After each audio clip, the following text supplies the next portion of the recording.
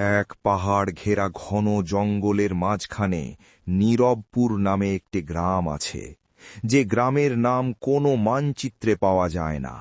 দিনের বেলায় গ্রামটা একদম স্বাভাবিক মনে হলেও সূর্য ডুবে গেলেই চারপাশে অস্বস্তিকর নীরবতা নেমে আসে। কারণ এখানকার মানুষ বিশ্বাস করে রাতে আলো জ্বালালে অদৃশ্য কিছু সেই আলো অনুসরণ করে ঘরের ভেতর ঢুকে পড়ে। গ্রামের অদ্ভুত নিয়ম হল, সন্ধ্যার পর কেউ কারো নাম ধরে ডাকে না, এমনকি নিজের নামটাও জোরে উচ্চারণ করে না। কারণ বলা হয় এই গ্রামে মানুষ নয়, নামই আসল শিকার।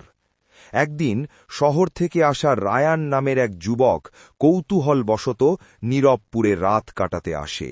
গ্রামবাসীরা তাকে বারবার সতর্ক করলেও সে হাসতে হাসতে পুরনো একটি খালি বাড়িতে উঠে পড়ে। গভীর রাতে হঠাৎ সে শোনে মাটির নিচ থেকে খুব পরিচিত একটি কণ্ঠে ফিসফিস করে তার নাম ডাকা হচ্ছে, রায়ান, রায়ান। প্রথমে সে ভাবে কারো মজা, কিন্তু ধীরে ধীরে সেই ডাক চারদিক থেকে আসতে থাকে, দেয়াল, মেঝে আর বিছানার নিচ থেকেও।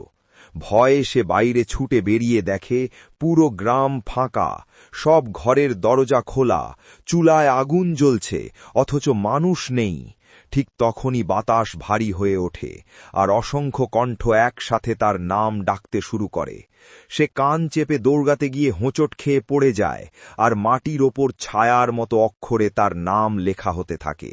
মুহূর্তের মধ্যেই সে বুঝে যায়, যে নিজের নামের ডাকে সাড়া দেয় সে আর মানুষ থাকে না, সে নিজেই নীরবপুরের এক অংশ হয়ে যায়।